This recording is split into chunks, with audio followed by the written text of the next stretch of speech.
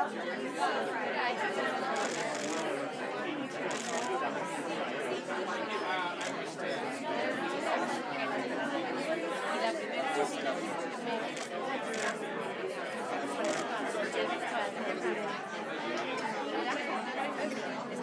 wow. Yeah, definitely want to take pictures. Good question. Any idea how things go in the next 10 minutes? They did it on purpose. It's like to intimidate us. Oh, I think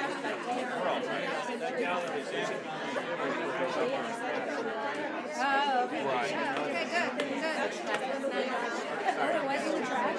Oh, I thought they were trying to intimidate us. It's my understanding they're going to spend $400,000 on Monday, and they would come to this agreement. They didn't want to talk about money today. I mean, I could have been with my family the last 3.5 hours. They weren't going to talk about money. Compensation contract.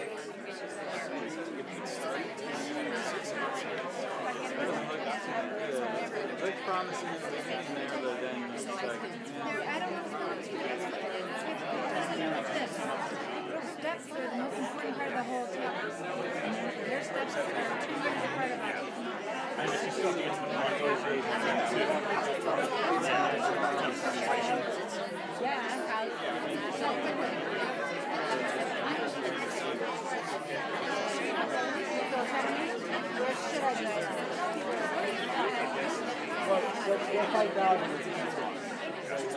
What time you guys think about it now? 5 o'clock deal?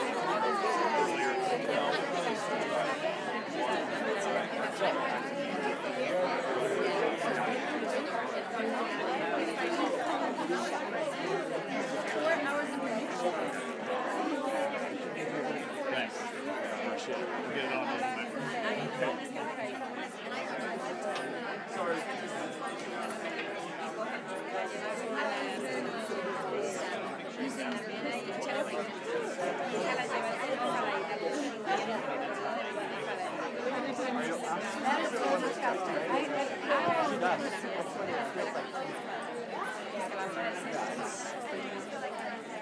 yeah. I'm trying to figure out what tense it is. It's all the page numbers.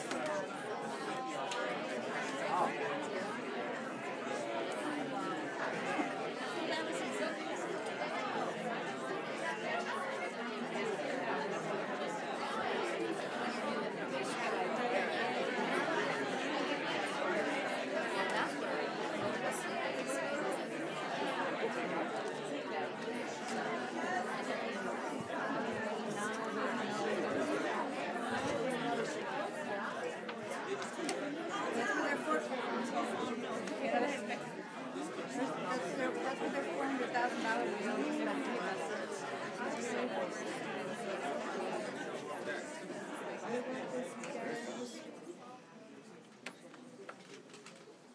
Thank you, teachers and SSPs. John, And parents. don't you find that amazing the way we can quiet down a room just like that? It's a great skill. It's a great technique. I'm going to use it other places. It's much better than write and erase or whisper text. Yeah.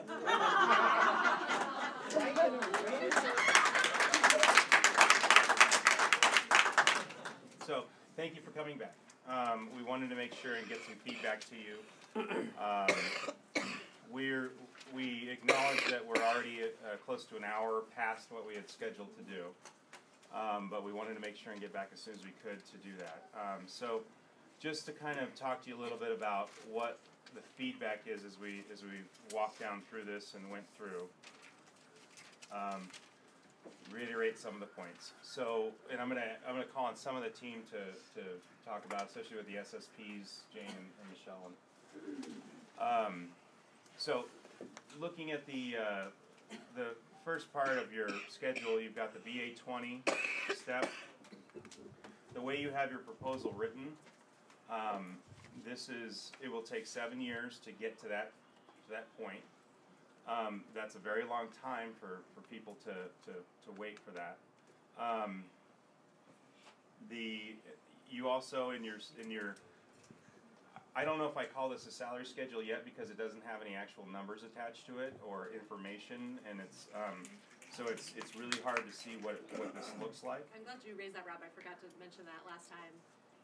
We purposely didn't put the numbers in because we wanted to get your feedback, and then we can do the table. Okay. We can't hear you in the back still.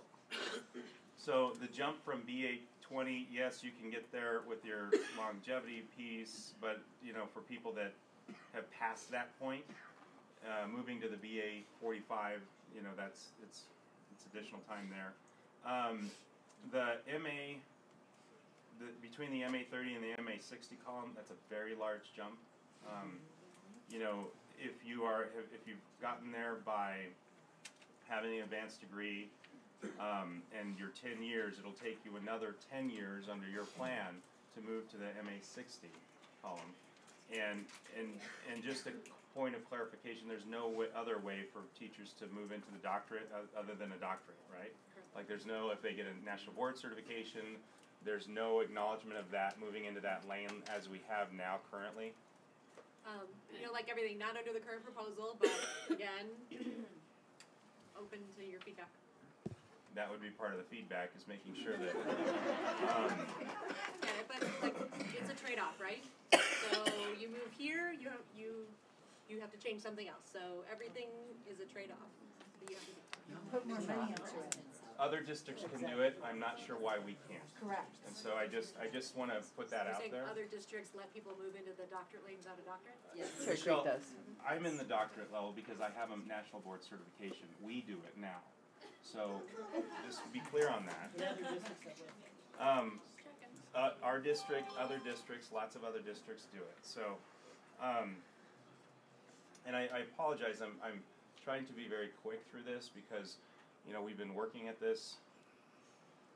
There's an amount of frustration that comes through, so I apologize if it's coming through. I know our teachers are feeling it too, but the frustration comes from the fact that we've been at the table for 15 months and you finally started talking about our PDU ideas. The fact that, and we thank you for that, but this is a conversation we should have had 6 months ago, not, we have 48 hours until a strike, and you now bring up this conversation, and it's disheartening. So, let me continue. Of course, the feedback is around the 60 hours outside. I'm going to turn it over to, did somebody want to speak to that? I mean, I think, Jeff, you talked about it earlier, the fact that most of the college classes that you have are 45 hours of contact time. And yes, we understand that there's probably homework and things you're doing outside of that, but it's not necessarily, like, it's a given thing. It's not a minimum, right? We were talking a little bit about, why is it that we are putting so many parameters on these PDUs and making them so more difficult to attain? That's part of the feedback. The other component of that is in Article 7.3.1.4 of our current ProComp agreement, and that article, I know you've seen it before. Teachers may complete professional development units all or in part during their professional work week, and all or in part in the course of their regular assigned teaching duties. This is a core principle of ProComp, is that you have to be able to not only learn things outside of school, but you apply them inside your classrooms every day. And so you will be doing that in order to apply, because a PDU is all about getting better with your teaching. It's about servicing your kids and supporting your kids and making them, and being the best teacher possible. That's what it's about. And so now you're asking us to not only do all of the work inside of our school day that we have to do, but then the additional 60 hours outside of that in addition to that. And so it's not fair. It's not fair to, our hardworking educators, they're out there working so hard every day. And I guess I keep coming back to this thought in my head about, you ask us to compromise and compromise and compromise. What else do you want from us? And now you want more. So the feedback on that is, it's not okay. It's not fair. Well while you're pausing, I'd just like to say, I think there's a lot of language in the original pro-comp agreement that we've moved away from. And something that I had completely forgotten, for example, is that in the original pro-comp agreement, there are ways to increase your salary based on exceeding expectations on what at that time what was CSAP, and actually ways to decrease your salary if you were not meeting on CSAP. Like I would never say that we should keep everything that's in the original pro-comp agreement, because there are lots of aspects of it that simply aren't what we would want for where we are right now. And so I understand where you're coming from in terms of like what the language is looking like there. Part of what we're doing right now is renegotiating the agreement. And so I get it, I hear what you're saying, but just want to name. There's a lot of things in the original agreement that we no longer have. Thank you. I think another area we've invested a lot in to honor what you're saying is ask less of us is that longevity lane. So we are putting a lot of money into that 10 years Michelle, in the I'm going to stop classroom you right there. Here's why I'm going to stop you. And I apologize, I don't mean to be curt or frustrated, but I am a teacher. We are all teachers. The way that we became better teachers is because every day, every year, we take a look at our practice and we really think about our practice and we study it. We think about our students. We work through that. And so I'm going to be doing the work of a PDU no matter what. And I should be rewarded for that. And we should all be rewarded for that. And so I hear what you're saying. You think you're making life easier for us, but what you're doing is you're not honoring our profession. So that's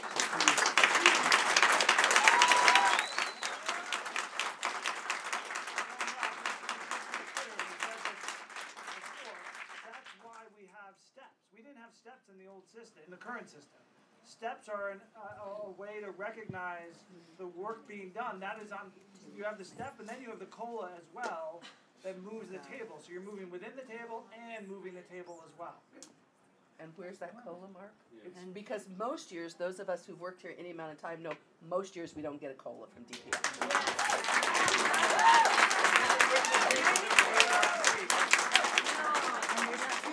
To be really clear, we wrote into the agreement that we shared last week, guaranteed COLAs. Minus the cost of And I will just remind you now, because I've been explaining this to teachers all over the place, you know, the average COLA is about 2.5%. In years past, you've told us the cost of steps and lanes is somewhere around 1.8%. And so therefore, when you take 2.5 minus 1.8, then you're talking about a 0.7. Rob, that is not what that's not what the language says. What the language says is it's CPI plus the turnover savings minus the cost of step and lanes. So for most districts, and what usually is the case, is that the cost of the turnover savings, the natural turnover, pays for the cost of steps and lanes. So, in Mark, if we do usually in most systems, what that means is that the COLA is equal to CPI. It'll vary each year a little bit, but over the long run, CPI should be what COLA is based on that. And Mark, if we do our job, let me just finish. If we do our really jobs getting right, far afield. I understand. I want to give you the opportunity to respond to the district's proposal, because we're getting off on tangents here. If we do our jobs right, we will have less of a turnover savings because we're actually training more teachers. But you always have natural retire and then people come in. That is for every district. Okay, I'll just leave it as we've been saying that for years. Thank you for acknowledging what we've been saying for years. To continue, let me finish with the where we are. We have concerns around the component about the action research, where it in terms of it must lower the opportunity gap. There's lots of things that could possibly contribute to that, but the way you have it worded is it must lower, and so therefore if it doesn't have, if there's not a metric contained in it that would do that, then it wouldn't count. So what I'm getting at is there are a lot of things that would probably lower the opportunity gap, but they may or may not be categorized in that sense. So it's the way the language is worded, and that's the concern there. The next component is around the ELA classes. We heard you say that you would make sure that the ELA classes were the university credit. Not all of the ELA classes are for university credit currently.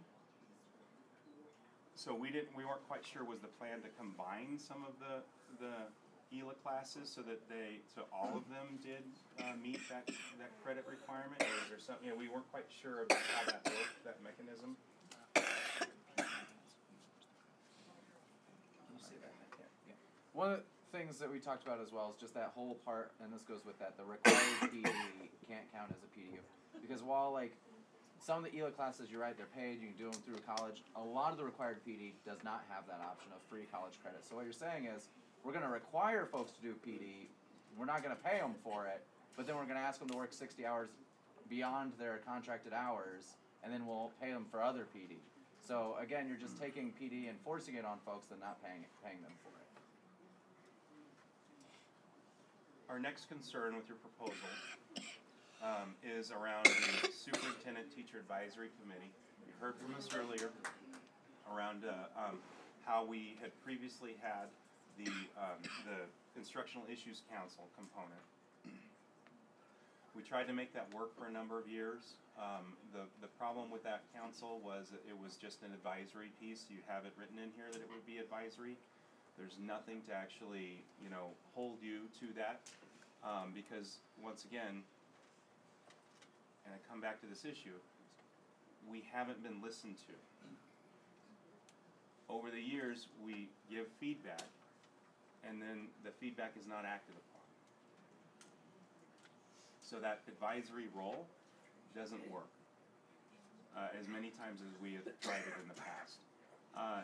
Jane brought up a very good point that right now currently we have approximately 340 PDUs that are actually that are courses that teachers are accessing right now in the district. And so to ask the advisory council to review 340 PDUs in a year, how many weeks were we talking about it? With a consideration of roughly 2 hours for each review, because you have to remember, you have to review them, give them back, get feedback, redo them, resubmit them. It was going to take roughly 17 weeks, and that's 8-hour days, 40-hour work weeks. So that's obviously, I don't think we have the capacity to do that right now.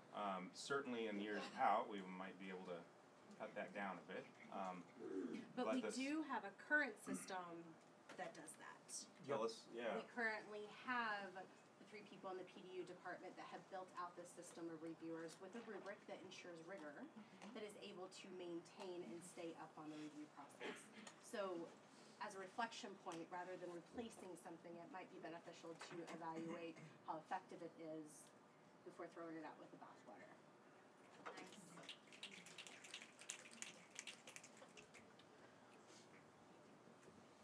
Obviously, our next issue is around the being able to only do 1 PDU per year.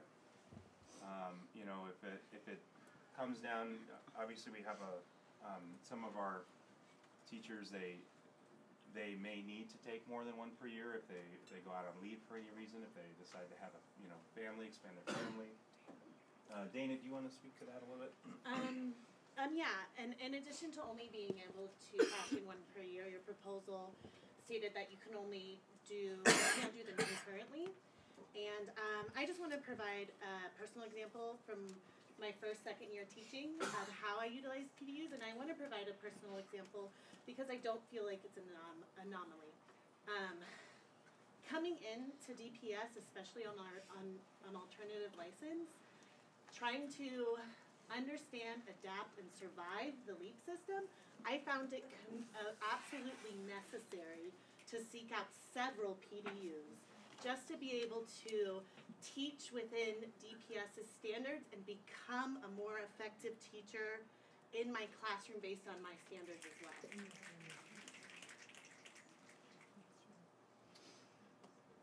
The next one, and these are the next few concerns we have are around the there's an SSP point of view that we need to really take into consideration on that. And Michelle and Jane, I'll let you two take that over a bit. So the way it's currently written, people who are capped out on lanes because of their having a doctorate or having BA 45 or MA 60. People have an advanced license who can in that far. There's no longevity opportunity because longevity in lane changes. And also, there's no opportunity for PDUs to help us be reimbursed. Most SSPs have to do a certain number of CEUs on a regular cycle in order to maintain their license and credential.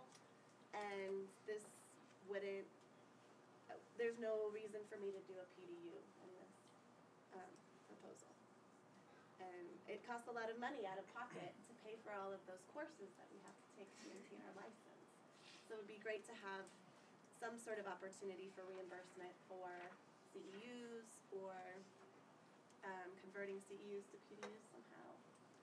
And Or some getting type of credit. stipend which is kind of consistent with the current model. Right, currently I can get a stipend even beyond 14 years for doing a PDU, and that's eliminated in this. And I would add to that teachers also, in order to renew their license, they have to do a certain amount of work every year, and that's generally where teachers pull from, is from the PDUs that they.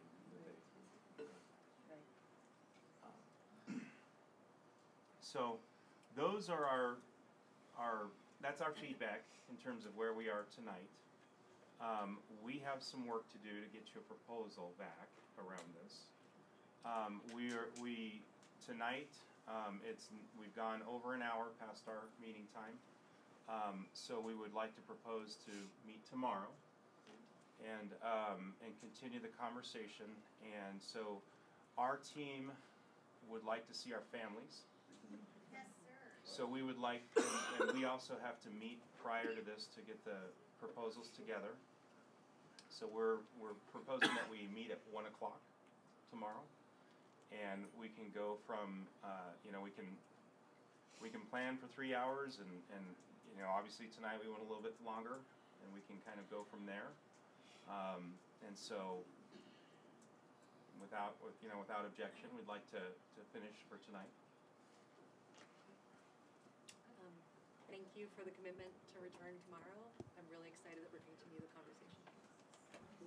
Thank you. Thank you. Thank you all. 1 o'clock? 1 o'clock. Will we be able to access the building earlier than that? We're open, it's open the whole day.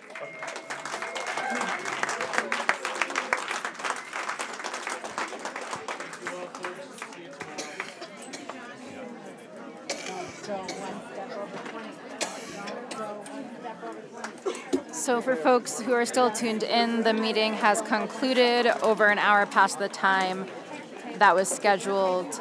They're continuing a meeting tomorrow at 1 p.m. Mountain Standard Time. There was not really a conclusion tonight. The Denver Classroom Teachers Association shared that they did not approve the proposal about the professional development units that DPS offered this evening. And DCTA explained everything they don't agree with. So tomorrow they hope to continue these negotiations and discussions. It does still seem like there will be a strike on Monday. Thanks for tuning in. This was a pretty long stream, longer than we expected, but thanks for the folks who tuned in. If you appreciate our coverage of the Denver teacher strike and of all the other coverage we provide from around the world, you can go to unicornriot.ninja and click on our Support Our Work tab, and you can find all of our content there on our website. We have Facebook, Twitter, Vimeo, YouTube, Instagram, other media accounts I can't think of right now. We're all over the place, so please check us out everywhere and follow us everywhere. We will continue to update all of you on the issue of the Denver teacher strike. Thanks for watching.